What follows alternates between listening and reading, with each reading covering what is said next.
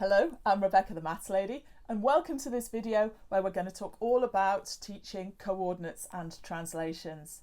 In this video, I'm going to explain about expert teaching of coordinates to primary school children, how you really know your way around the edges of the topic and how to expose children's misconceptions and dispose of them.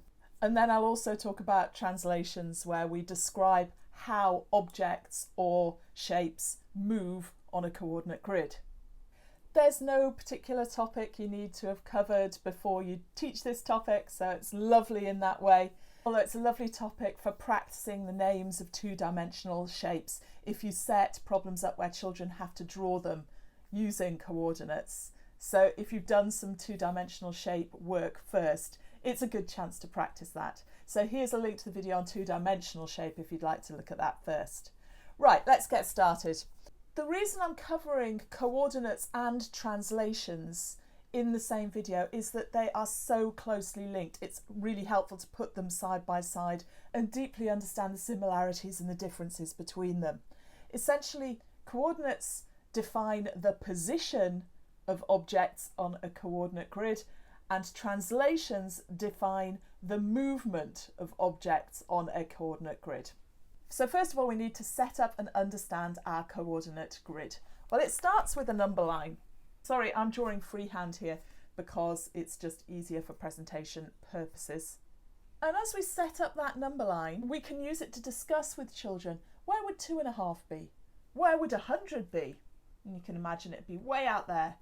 Where would -3 1/3 be? And so on. And we can also point to points on the number line like this and say, how would you describe this point here? And they could give a number for that point. But if you pointed to a point that's not on the number line, they can't describe it using this number line because we've moved from one dimension into 2 dimensions. We need a second line for that second dimension. So we add that going upwards through 0. I'll just do that now. There we go. And now if I say, can you find me the point that's 2 across and 3 up? 2 across, 3 up, it would be here. And if I said, where would the point 610 be? You can imagine it even if it's not on the page.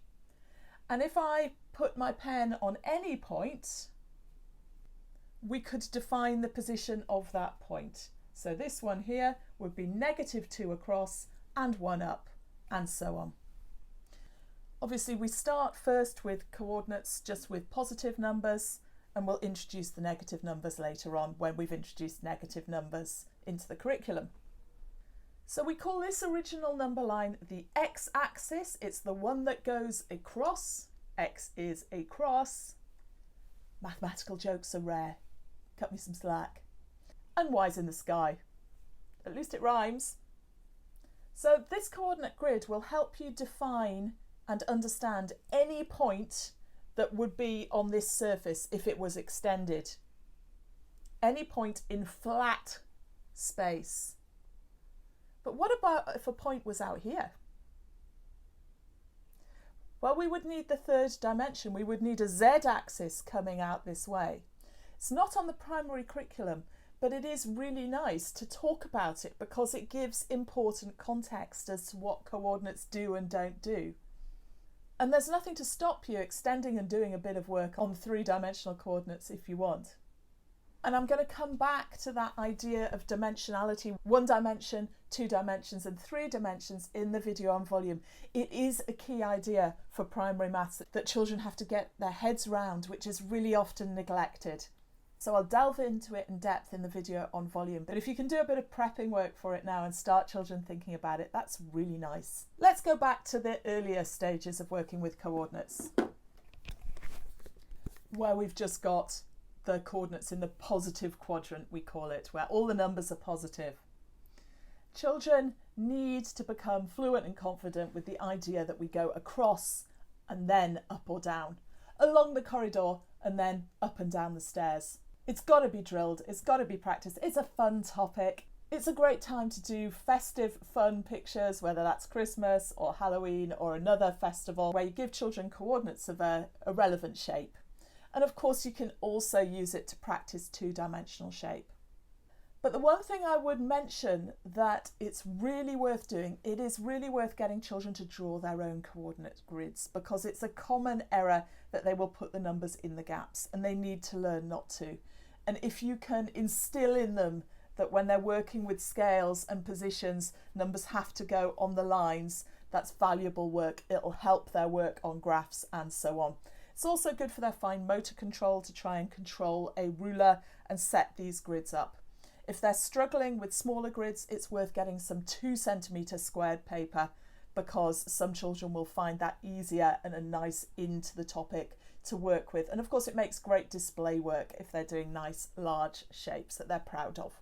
So the notation, this point here, we would notate as 5,2 in brackets. That's how we define a pair of coordinates. This notation, the first number tells you how far across and the second number tells you how far up or down. So that's coordinates covered. The other part of this video is on translations, where we use these brackets to show how far we're moving a point or a shape along or up or down. So these kinds of brackets define a position. These kinds of brackets define a movement. The top number tells you how far you're going this way if it's positive, this way if it's negative, and the bottom number tells you how far you're going up for positive or down for negative. So if I was talking about this point moving and it was moving through the vector, we call it, that's a pair of coordinates. This is a vector because it's about movement in 2 dimensions. If we moved it 1, 3, that point would move 1 across and 3 up. And we could then define its coordinates, which would be 6, 5. Of course, with translations, we don't just talk about moving single points, we talk about moving shapes or objects. Here's an example. If this is our starting position for our rectangle here, what's the translation that takes it to there? Now, because we've moved away from a single point, we can immediately see it's really confusing, because some children will be looking at this gap here and some will be looking at going from here to up here. It's difficult to understand exactly what's going on. So we need to draw children's attention to the idea that you have to track one point. If you track this point from here to here, then you can see it's moved 3 to the right and 1 up. Therefore, the vector is 3, 1. And you should then check that with any other point. If you track any other corresponding point, the same should happen. That's quite verbal. I've just used the word corresponding.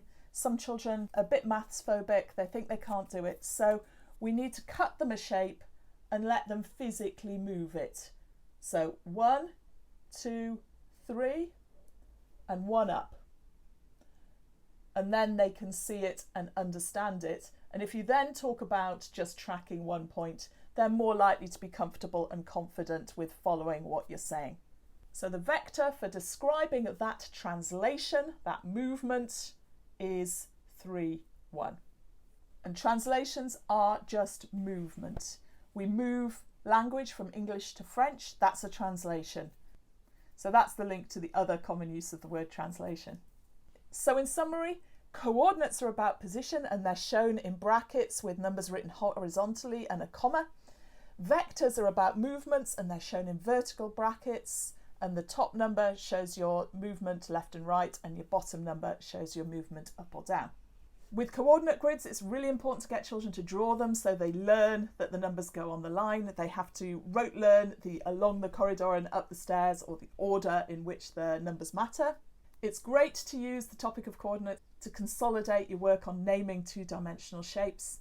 The next video after this one is going to be on reflection, and I will come back to coordinate grids and explain some great work you can do that marries up reflection and coordinate grids in that video.